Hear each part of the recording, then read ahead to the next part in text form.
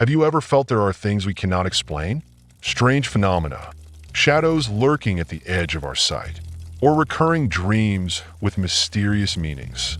Today, I will take you on a journey to explore 5 chilling tales, each a reminder that sometimes what we consider coincidental might carry the shadow of a curse, a restless spirit, or secrets buried in the past.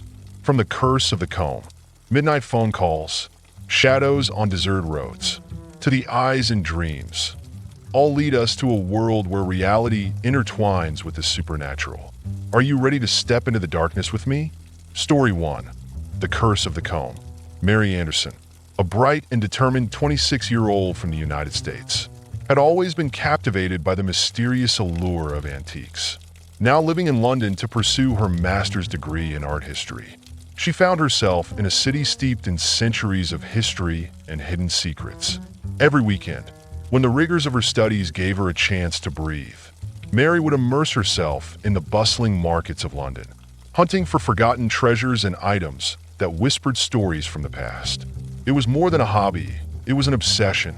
On one particularly chilly afternoon in late autumn, when the heavy gray clouds swallowed the last remnants of sunlight, Mary decided to visit the legendary Portobello Market. The cobblestone streets were slick with dampness, the air crisp and biting, and the wind carried the scent of rain. It was the perfect kind of day to lose herself in the maze of stalls and antique shops that lined the market. As she wandered through the market, her eyes caught sight of a narrow alleyway, half hidden by old, sagging banners. There, tucked away in a forgotten corner, was a small booth draped with faded cloths. Behind the table sat an elderly woman, her skin as pale and fragile as porcelain. Her eyes, however, gleamed with an unsettling intensity, as though they could pierce through time itself.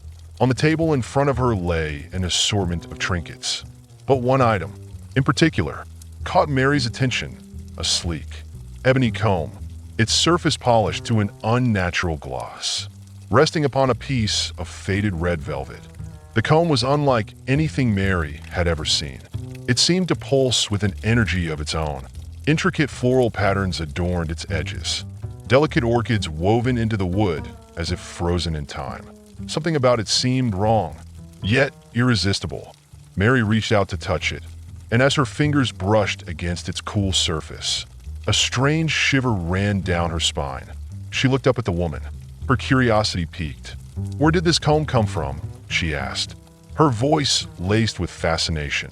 The old woman's gaze never wavered as she replied in a voice that rasped like wind through dry leaves. "This comb, it is not for just anyone. It holds the spirit of a soul long past. And if you're not careful, it will claim yours as well." Mary chuckled nervously, dismissing the woman's words as nothing more than a tale spun to increase the comb's value. "How much?" she asked, her fingers still lingering on the comb's cold surface. The old woman eyed her for a long moment, a flash of something unreadable in her gaze. "£25, she finally said. "But be warned, child, some things are better left untouched." Without thinking, Mary handed over the money, feeling an odd thrill at the exchange. Little did she know, in that moment, she had just become entangled in a curse far older and far darker than she could ever imagine. Mary's apartment in the heart of Notting Hill was a cozy, pastel-colored haven, far removed from the madness of the market. She placed the comb carefully on her dressing table, its glossy black surface reflecting the soft glow of her desk lamp. But that night, as she combed her long golden hair, a wave of unease washed over her. The comb felt heavier in her hand, as if it carried the weight of something unseen. A chill seeped into the room, and for a moment, she wondered if the old woman's warning had been more than just a fanciful tale. Shaking the thought from her mind, she placed the comb down and prepared for bed. But as she lay in the darkness, sleep eluded her. She was stirred from her slumber by a soft, ethereal whisper so faint, it was almost like a breeze against her ear. The sound seemed to come from the very walls of the room, and for a moment, Mary thought she had imagined it. But when she sat up and glanced towards her dressing table, her heart skipped a beat, The comb was no longer where she had left it. It was tipped over on the floor, its smooth surface reflecting the dim light in an eerie, unnatural way. Over the next few days, an overwhelming sense of unease settled over Mary's apartment. Strange things began to happen. Soft footsteps echoed in her hallway at night. Despite the fact that she lived alone, the temperature in her room seemed to drop inexplicably. And sometimes, she would enter her bedroom only to find the comb move from its spot. But it was the dreams that haunted her most. In these vivid, haunting visions, Mary found herself standing in a dimly lit room, the air thick with an oppressive stillness. The faint glow of candles flickered around the edges of the room, illuminating the figure of a woman with long, flowing black hair. Her face was always hidden, obscured by a curtain of dark locks. But Mary could feel the intensity of her gaze. Even in the dream world, the woman never spoke. She merely stood there, her presence heavy with an unspoken sorrow. Frightened and desperate for answers, Mary returned to Portobello Market. She scoured the place, hoping to find the old woman who had sold her the comb. But the stall was gone. No one seemed to remember her or knew who she was. Even stranger, no one could tell her anything about the comb or its origins.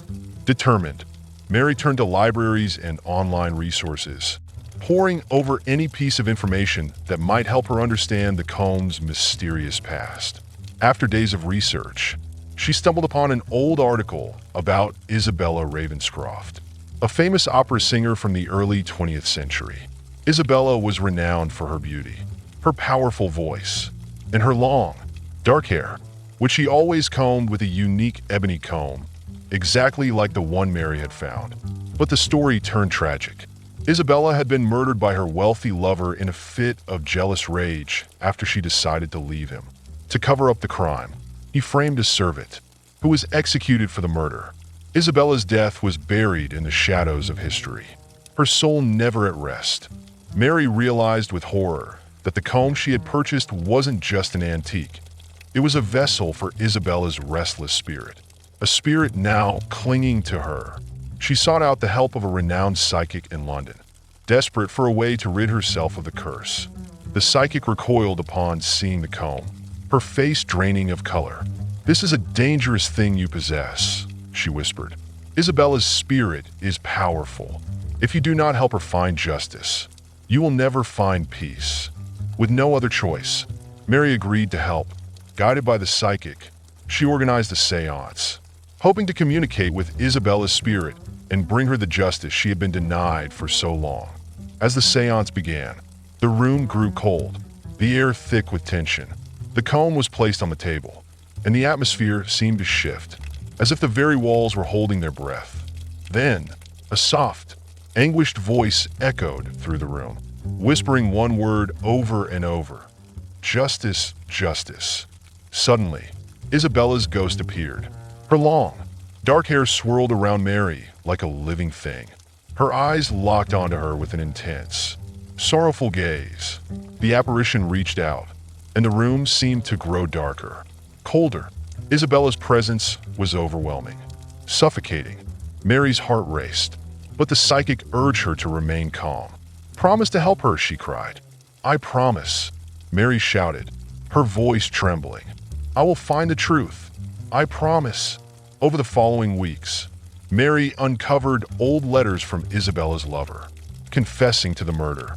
She brought the letters to a historical preservation organization, and soon, Isabella's name was cleared. The servant who had been wrongly executed was exonerated, and the truth of Isabella's tragic death was finally made known. On a rainy night, Mary held a final ritual to release Isabella's spirit. The ghost appeared once more, her eyes filled with gratitude and sorrow. "Thank you, but I will always watch over you." The comb, now locked away in a secure box, was supposed to be the end of it. But sometimes, late at night, when the world is silent and the air is still, Mary still hears the faintest whispers, like the echo of a distant, unfulfilled promise, and the touch of cold fingers brushing against her skin. Story 2: Midnight Calls. James Wilson, 29, was an ordinary man leading an uneventful life in a modest apartment nestled in the quiet suburbs of Boston, USA. By day, he was a diligent software engineer at a growing tech firm, immersing himself in the world of coding and algorithms. By night, he retreated into his world of video games, his only escape from the monotony of everyday life. Weekends were reserved for hanging out with friends, discussing the latest tech trends, or sharing stories over beers. But deep down, James was a man of logic, dismissing anything that couldn't be explained by science. Ghost stories, supernatural events, and strange occurrences were nothing more than mere fantasies to him. But one fateful night, as the clock struck exactly 2 a.m., everything James thought he knew about reality would be shattered forever. It started as just another night. James was in bed, his phone sitting on the nightstand, the soft hum of the city outside the only sound in the room. Suddenly, the silence was pierced by the shrill ring of his phone. Groggily, he glanced at the screen, seeing an unfamiliar number with no area code. Thinking it might be a wrong number or a telemarketer, he hesitated for a moment, but eventually swiped to answer. "Hello?" His voice was groggy, still half asleep, but there was no response, just a soft, eerie breathing on the other end. It was shallow and faint, yet it persisted, filling the air with an unnerving weight. James frowned, a creeping sense of unease rising in his chest. "Hello? Who is this?" "You got the wrong number," he said, trying to shake off the strange feeling that was beginning to settle over him. The breath continued, growing slightly louder, but still no words. And then, through the static, a voice broke through, a woman's voice, distant, trembling with fear. "They're coming. Don't let them find me," she whispered, her words barely audible but heavy with desperation. Before James could respond, the line went dead. His heart raced, and he stared at the phone in his hand, the call having ended abruptly. He sat there for a moment, his pulse quickening, unsure of what to make of it. A prank, he thought. It had to be a prank, but despite the rational part of his brain telling him to dismiss it, an overwhelming feeling of dread refused to let go. James tried to shake it off and convinced himself it was just a strange coincidence. But then, the next night, at exactly 2 a.m., it happened again. This time, his phone rang with the same unlisted number. A chill ran down his spine. He sat up in bed, his mind racing. He stared at the screen, his heart hammering in his chest, before answering without hesitation. "Who are you? Why do you keep calling me at this hour?" His voice was sharper now, tinged with frustration. The woman's voice returned, clear this time, as though she was closer to him than ever before. "James, have you forgotten me?" she asked, her tone laced with sorrow. James froze. The sound of his own name made his blood run cold. His mind raced. He had no idea who this woman was. Yet there was something hauntingly familiar about her voice. The words seemed to reach into the very core of his being, stirring memories he couldn't quite place. "Who are you?" he demanded, his voice shaky now. "Do we know each other?" There was a long pause before she spoke again, her voice trembling with emotion. "You abandoned me, but now you must help me find the truth." The words hit him like a punch to the gut, but before he could ask anything further, the call ended abruptly. James stared at the screen, his heart pounding. His mind raced through his past. Was it someone he knew? A past relationship? A forgotten acquaintance? But as he checked the call history, he found there was no record of the number, no trace, no explanation. The phone had just vanished. And so began the nightly calls. Every night at exactly 2 a.m., the woman would call, her voice becoming clearer, more desperate with each passing night. Words like truth, they, and search were repeated over and over, as though she was trapped in a never-ending loop of torment. Sleep-deprived and unnerved, James's thoughts began to drift to his past, to his college years, when everything had seemed simpler. One name stood out, Lily Carter. She had been a quiet, thoughtful girl who had always supported him. When he was down, she was there to lift him up. She was the friend who cared when no one else did. But there was a darkness to her, something she kept hidden from everyone. And then, one day, Lily had disappeared. The rumors had spread like wildfire, whispering that she had taken her own life. A short note was left behind, but her body was never found. James had been devastated, but he quickly moved on, focusing on his career and the life that awaited him. Yet now, as the midnight calls grew more intense, James couldn't shake the nagging feeling that Lily's disappearance was somehow connected to the eerie voice on the other end of the line. One evening, as he sat playing his usual video games, something unsettling happened. The lights flickered and then went out completely. James cursed under his breath and made his way to the living room to check the breaker. When he returned to his desk, however, his computer screen was glowing, and on it, scrawled in jagged letters, was a chilling message. "I need you. Find me." James felt his stomach turn. The room seemed to close in on him, and the hairs on the back of his neck stood on end. It wasn't just the calls anymore. Something was wrong. Something deeper, more sinister. Days passed, and strange occurrences continued to haunt him. At work, shadows seemed to dance across the edges of his vision. At night, he could hear footsteps echoing through the apartment, even though he was alone. And then, one night, as he drove down an empty street, he saw her, a figure standing under a dim streetlight. Her long hair obscured her face, but the silhouette was unmistakable. He slammed on the brakes, his heart pounding in his chest. When he looked back, the figure was gone, vanished.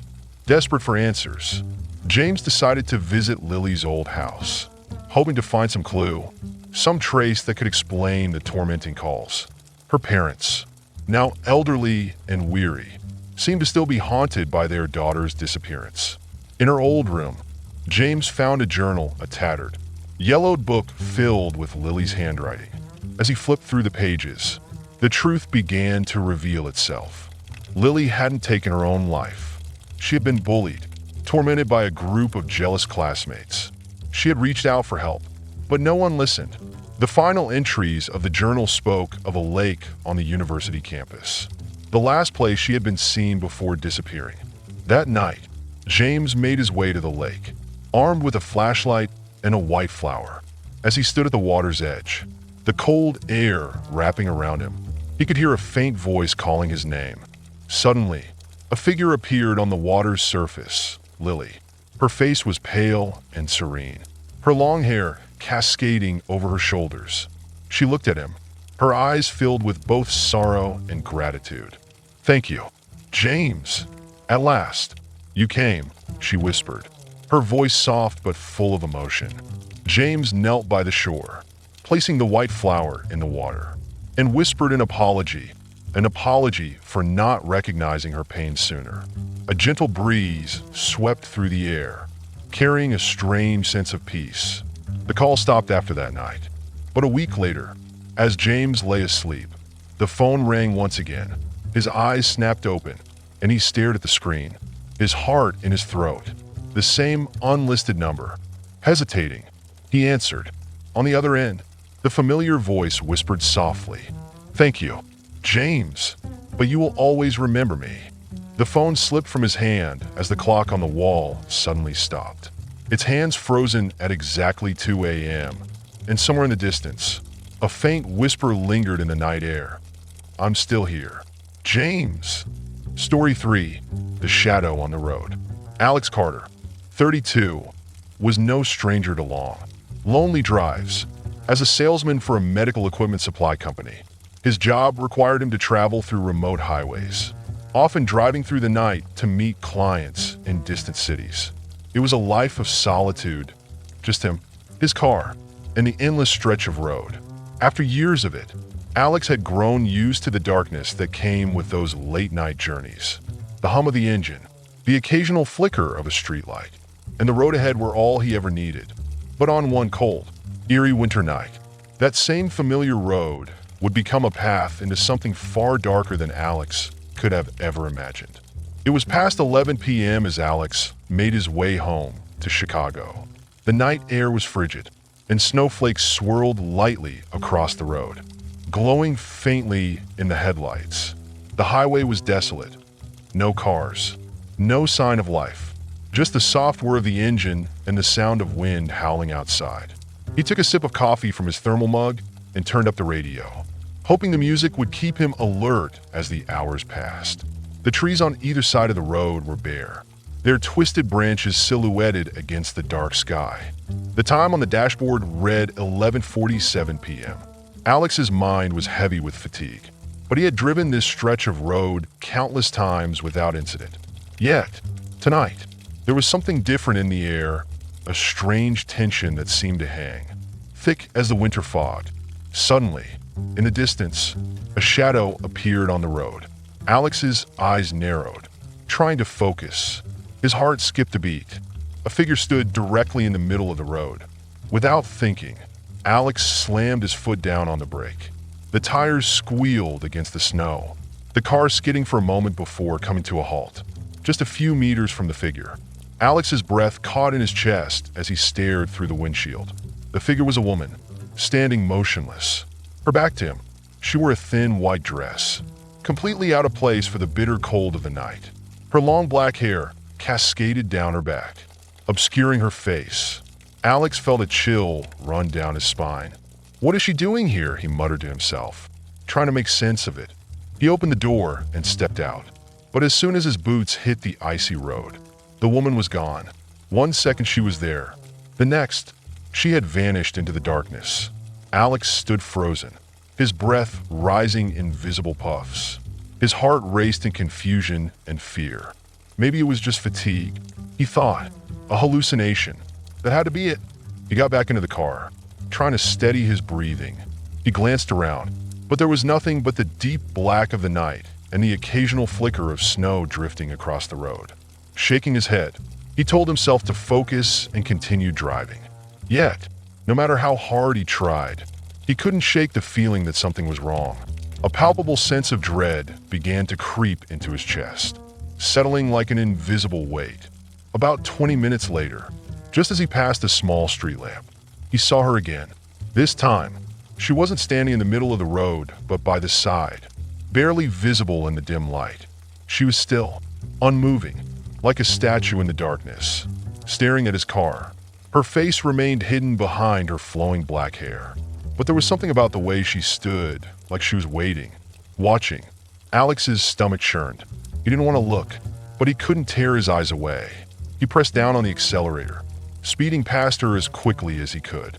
But as he glanced into the rearview mirror, his blood ran cold. The figure hadn't moved. She was still there, standing in the same spot, watching. Her form was now little more than a shadow against the night. Alex's breath caught in his throat. He reached for the radio, desperate for something to drown out the growing unease. But when he turned it on, it was static, a low buzz filling the car. Faint whispers, no. Breathing, breathed through the speakers. It was as though something, was whispering his name from the depths of the radio. The temperature inside the car dropped, and a heavy silence filled the air. Alex's breath fogged up the windshield. He gripped the wheel tighter, heart pounding. "Just get out of here," he muttered to himself. "Just get out of the forest." But then, without warning, the figure appeared once more this time, right in the center of the road, directly in his path. Alex screamed in panic, slamming on the brakes. The car veered to the side as he desperately tried to regain control. The tires spun on the icy surface, sending the car sliding sideways, until finally, it crashed into a large tree. The impact was deafening. Everything went black. When Alex regained consciousness, the world around him was a blur. His head throbbed with pain, and cold, biting air rushed in from the broken window. He struggled to move, his body stiff from the crash. Slowly, he forced himself out of the wrecked car, the snow crunching under his boots. And there she was again, the woman. She stood, unmoving, just a few steps away, a shadow against the snow. She raised one hand, her long, pale fingers pointing toward the heart of the forest. Alex's fear should have kept him frozen in place. But instead, something else stirred inside him, an overwhelming, inexplicable urge to follow. He reached into the car for a flashlight, his hands shaking as he clicked it on. With every step into the woods, the air grew colder, and the silence deepened. The only sound was the crunch of snow beneath his boots. The trees loomed like dark sentinels, and Alex couldn't shake the feeling that eyes were watching him from the shadows. Finally, he reached a small clearing, where a pile of stones had been stacked together. A crude makeshift grave. He knelt, brushing the snow off the top, revealing a weathered wooden plaque. Eleanor Price, 1986. Her death will not be forgotten. The name struck Alex like a bolt of lightning. Eleanor Price. It rang a distant bell in his memory, but he couldn't place where he had heard it before. Suddenly, footsteps echoed behind him. He spun around, heart racing. The woman stood there, her face now illuminated by the flashlight. Her long black hair blew in the wind, revealing a pale, hollow face. Her eyes dark, lifeless, locked onto his, and her voice, cold and filled with sorrow, cut through the night. "You were there," she whispered. "You saw it, but you did nothing." Alex's heart dropped. The memories came rushing back. He had seen her once before. 10 years ago, he had been a student, driving along a desolate road, when he had witnessed a car accident. A girl, Eleanor, had been trapped in the burning vehicle, desperately trying to escape. But Alex had done nothing. Fear had paralyzed him. Instead of helping, he had fled, pretending he hadn't seen a thing. The next day, the news reported Eleanor's death. She hadn't survived because no one had stopped to help her. Now, standing before him, Eleanor's ghost was offering him a chance to make things right. She stared at him, her hollow eyes filled with accusation. "You abandoned me," she said softly, "but you still have a chance to tell the truth." Tears streamed down Alex's face as he knelt before the grave. He whispered an apology, vowing to tell her story, to make sure that her death would never be forgotten. A gust of wind swept through the clearing, and Eleanor's figure began to fade into the night. But just before she disappeared completely, she spoke once more, her voice a whisper carried away by the wind. "Thank you, but you will never forget."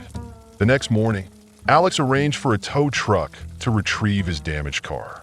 He returned home, and with a heavy heart, he wrote Eleanor's story. He sent it to a local newspaper, hoping that telling the truth would help her spirit find peace.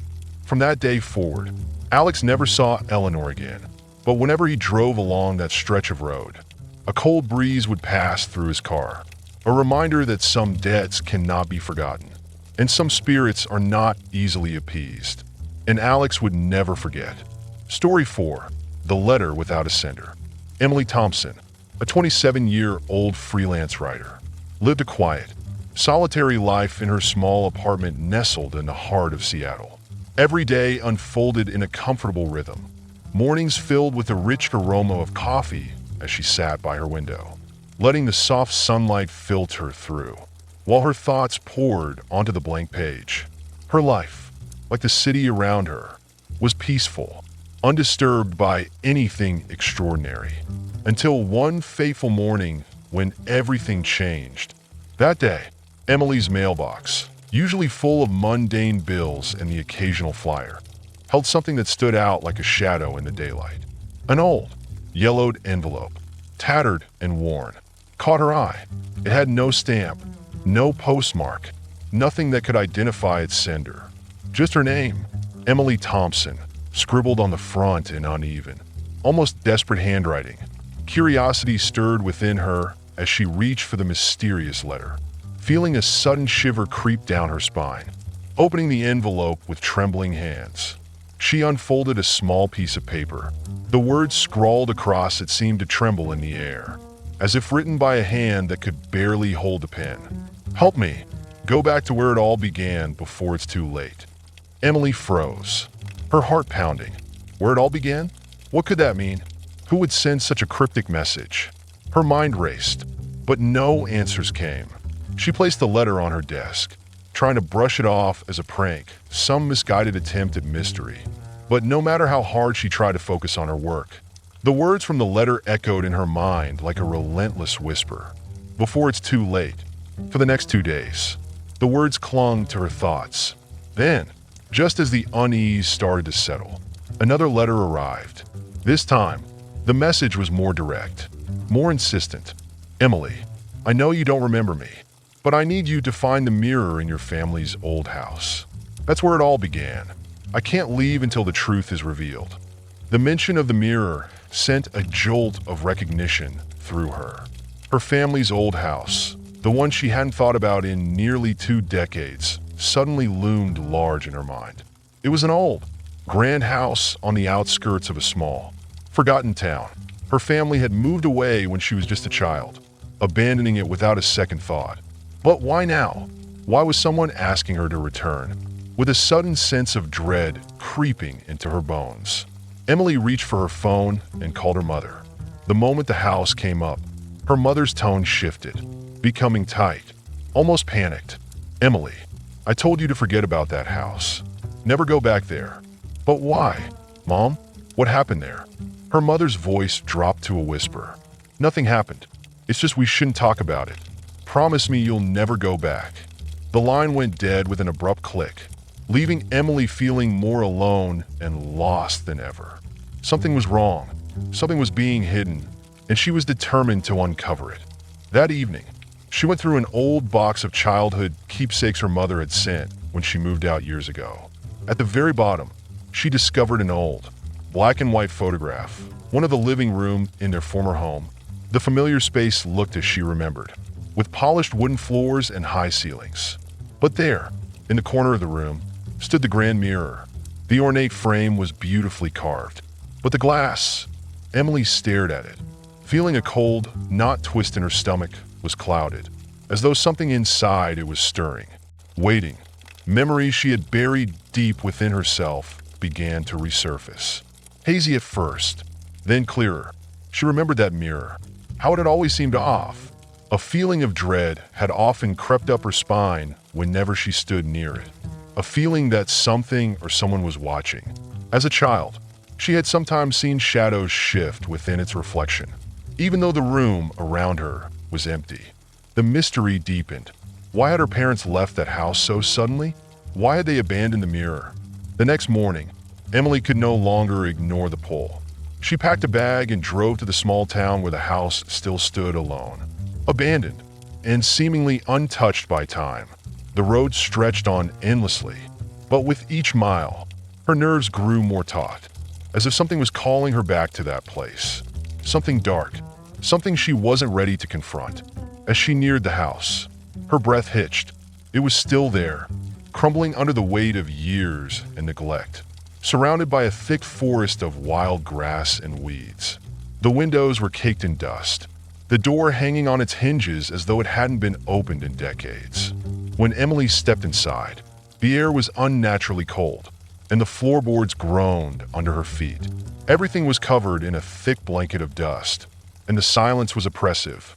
The living room looked almost exactly as it had in the photograph, save for the decay and the dust.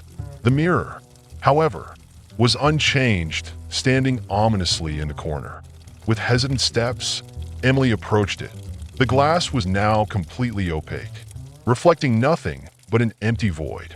Her hand reached out, and the instant she touched the cold wooden frame, a jolt of icy terror surged through her. Then, a voice, whispering, barely audible, but unmistakably familiar, cut through the silence. "You've come back. Do you remember me, Emily?" She spun around, her heart pounding, but the room was empty. No one was there yet. As she turned back to the mirror, she saw a figure, a woman, dressed in a torn white dress, her face pale and gaunt, her eyes hollow and filled with an unbearable sadness. "I am Sarah," the woman said, her voice filled with centuries of pain. "I've waited for you for so long." Emily staggered back, her breath caught in her throat. "Sarah? I don't know you. What do you want from me?" The figure in the mirror's face twisted with anger, her eyes now burning with resentment. "Your family abandoned me. I was trapped here. You must help me escape." Suddenly, memories flooded back, whispers she had heard as a child, moments when she had seen shadows move in the mirror. But every time she tried to tell her parents, they had brushed it off, told her it was nothing, that she should forget it. In the house's basement, Emily found an old journal. Her heart raced as she read its horrifying contents. Sarah had been the previous owner of the house, but she had met a tragic end at the hands of her jealous husband. His twisted belief was that the mirror could trap her soul forever, binding her to the glass for all eternity. Emily's family had unknowingly bought the house, unaware of its dark past. The strange occurrences that followed had driven them to leave, but the mirror had been left behind, its curse undisturbed. Emily realized now that it was her who had to break the curse. She was the only one who could set Sarah's spirit free. With a hammer in hand, she carried the mirror outside into the moonlit yard. The night was still as death as she lifted the hammer high.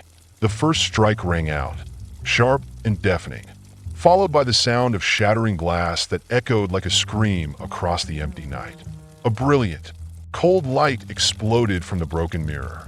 And there, in the gleaming shards, Sarah's form appeared, a pale, flickering image of a woman finally free. "Thank you, Emily," Sarah's voice whispered, filled with relief and gratitude. "I am finally free." Sarah's figure dissolved into the wind, leaving nothing but the faintest trace of her presence behind.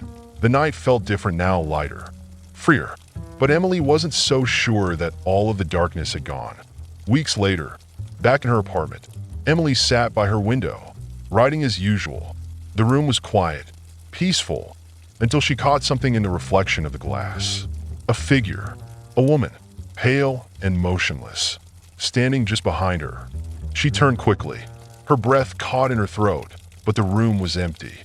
Emily realized, with a chill creeping over her, that although Sarah's soul was freed from the mirror, a part of her, something inescapable, had remained.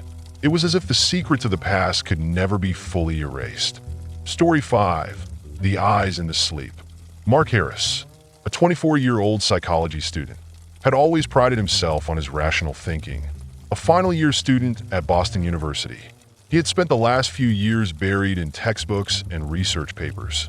But now, with his graduation fast approaching, Mark felt an overwhelming need to focus on his thesis without distractions. So, he left the bustling campus dormitories for a quieter, more secluded apartment on the outskirts of the city, a small, weathered building that seemed as if it had been forgotten by time. The building was old, its bricks faded by years of exposure to the elements. The floors creaked beneath his feet, and the elevator groaned as it made its way to the top floor where Mark's apartment was located. Though the apartment had seen better days, its rent was affordable, and the location offered a welcome escape from the relentless noise of student life. Mark felt that he could finally concentrate here. However, it didn't take long for Mark to realize that there was something unsettling about this place. The first night he spent in his new home was uneventful at first, just the usual unpacking, organizing, and settling in. But as he lay down to sleep, the silence of the apartment seemed oppressive, as if the walls themselves were holding their breath. That night, Mark dreamed. He found himself standing in a pitch-black room, the air thick with an unnatural stillness. The four walls were bare, no furniture, no windows, no doors, just a suffocating void. There was only one source of light, a faint, flickering glow coming from a small crack in the wall. Drawn to it like a moth to a flame, Mark stepped closer, his heart pounding in his chest. When he peered through the crack, his blood ran cold. On the other side of the wall, two eyes stared back at him. They were black, deep, empty voids that seemed to consume all light and life. The eyes radiated an aura of cold hatred that chilled Mark to his very core. He recoiled, but the eyes remained, unblinking, watching him. Suddenly, Mark jerked awake, his heart racing, his skin slick with sweat. He told himself it was just a nightmare, a product of stress and the anxiety of moving into a new place. But as the days passed, the dreams continued. Each night, they grew more vivid, more disturbing. It wasn't just the dreams that unnerved Mark. Strange things began happening around the apartment. At night, he would hear faint footsteps coming from the ceiling. But Mark's apartment was on the top floor, and there was no one above him. The sound of soft, measured footsteps would echo through the silence, leaving him wide-eyed and frozen in bed. He convinced himself it was the creaking of the old building, but the feeling of being watched lingered. One evening, after a shower, Mark noticed something chilling. Steam had fogged up the bathroom mirror. But there, written in the condensation, were words. "I'm watching." His blood ran cold. No one had been in the bathroom with him. He checked the locks on all the windows and doors, but everything was secure. Mark shrugged it off, though the message gnawed at him. Was he losing his mind? But then, things escalated. The sense of being watched grew stronger. At night, Mark would feel an oppressive presence in a corner of his room, a feeling so intense that it was almost tangible. Even with the lights on, he couldn't shake the sensation that something or someone was lurking in the shadows, waiting for him to let his guard down. The dreams grew more vivid, more detailed. Mark found himself trapped in his apartment, but it was no longer the apartment he knew. It was twisted, distorted, the air heavy with a musty smell of old paper and rotting wood. In the darkness of the room, a woman appeared, a figure dressed in a long white dress, her black hair cascading over her face. Her movements were slow, deliberate, as she stepped toward Mark, her voice echoing through the suffocating silence. "You've seen me, but you still don't understand." Mark tried to run, but his legs felt rooted to the floor, as if the very earth beneath him had turned to stone. The woman's face slowly emerged from behind the veil of black hair, her eyes black as coal, filled with an indescribable sorrow and rage. Her gaze seemed to pierce through Mark's soul, as if she could see everything, the deepest parts of him he had never revealed, not even to himself. Mark woke with a gasp, drenched in sweat, his heart hammering in his chest. The dream had been so real, so vivid, that for a moment, he wasn't sure if he was still asleep. He glanced around the room, but there was no sign of the woman, just the quiet, eerie stillness of his apartment. But there was something else. The smell, the musty scent of decay, lingered in the air, as if the dream had seeped into the very walls of his apartment. Terrified and desperate for answers, Mark decided to investigate the history of the building. He visited the management office and spoke with the property manager, an elderly man with weary eyes, who seemed to hesitate before speaking. "Your apartment, someone died there," the manager said, his voice low. "A young woman named Claire. She lived alone. They found her dead in her bedroom, sitting on the floor, staring at the wall. The police ruled it a suicide. But there were rumors that something wasn't right." Mark felt a chill run down his spine. "Does anyone know why she killed herself?" he asked. The manager shook his head, his face etched with sadness. "No one knows. She was quiet, kept to herself. But there was something strange. Before her death, she left behind a painting, just a pair of eyes. Black eyes, haunting eyes. People say the eyes followed you, no matter where you stood." That night, Mark set up a camera in his bedroom. He needed proof, something concrete to tell him whether his fear was real or just the result of stress. As he fell asleep, he hoped to capture nothing, to wake up and dismiss it all as a bad dream. But what he captured would change everything. At exactly 3 a.m., a shadowy figure appeared in the corner of his room. The figure stood motionless for 10 minutes, watching Mark sleep before it vanished into the shadows. Mark watched the footage in horror, his breath caught in his throat. There was no mistaking it. Someone or something had been in his room, determined to uncover the truth. Mark visited the local library the next day. After hours of digging through old newspaper archives, he found a chilling article that confirmed his worst fears. Claire hadn't killed herself. The article revealed that she had been relentlessly bullied by a group of her peers. Her cries for help had gone unheard, and in the end, she had taken her own life, not out of despair, but because she felt trapped, with no way out. The bullies who tormented her were never held accountable, and the police had closed the case with little investigation. But there was something more. Claire had left behind the painting. The black eyes weren't just an image. They were a reflection of her torment, a cry for help, a plea to be seen. Mark realized with a heavy heart that Claire's spirit was still lingering, reaching out for justice. That night, As Mark sat in his room, a thought crossed his mind. He grabbed a pen and wrote a simple note. Claire, I know what you want. Show me how to help you. The room grew cold, and the lamp on his desk flickered. A gust of wind whispered through the apartment. Mark looked down at the paper, and new words had appeared. Tell my story. Let them know the truth. With a sense of urgency, Mark wrote an article about Claire's life, her pain, and her untold story. He sent it to a local newspaper, hoping that her voice would finally be heard. The article was published, and it shook the city. The bullies who had tormented Claire were exposed. A new investigation was launched, and her name was cleared. Justice was finally served. In the weeks that followed, Mark no longer experienced the haunting dreams, and the oppressive presence in his apartment faded. But one night, as he lay in bed, he felt a gentle touch on his shoulder. He turned, but there was no one there. The next morning, he found a message on his bathroom mirror, written in the same foggy steam. Thank you. I am free now. Mark knew that Claire's spirit had finally found peace.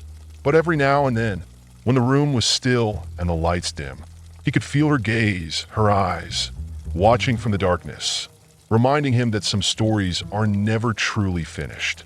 The stories you've just heard are not merely tales. They are fragments of a world where darkness creeps into everyday life, where the past never truly lets go. And you, will you dare to face the unexplainable? Or will you let the darkness consume you, simply because you choose not to know the truth? Share your thoughts in the comments below. Don't forget to hit subscribe to join me in exploring more eerie and haunting stories. But be careful, because sometimes the things we recount might awaken something we never anticipated.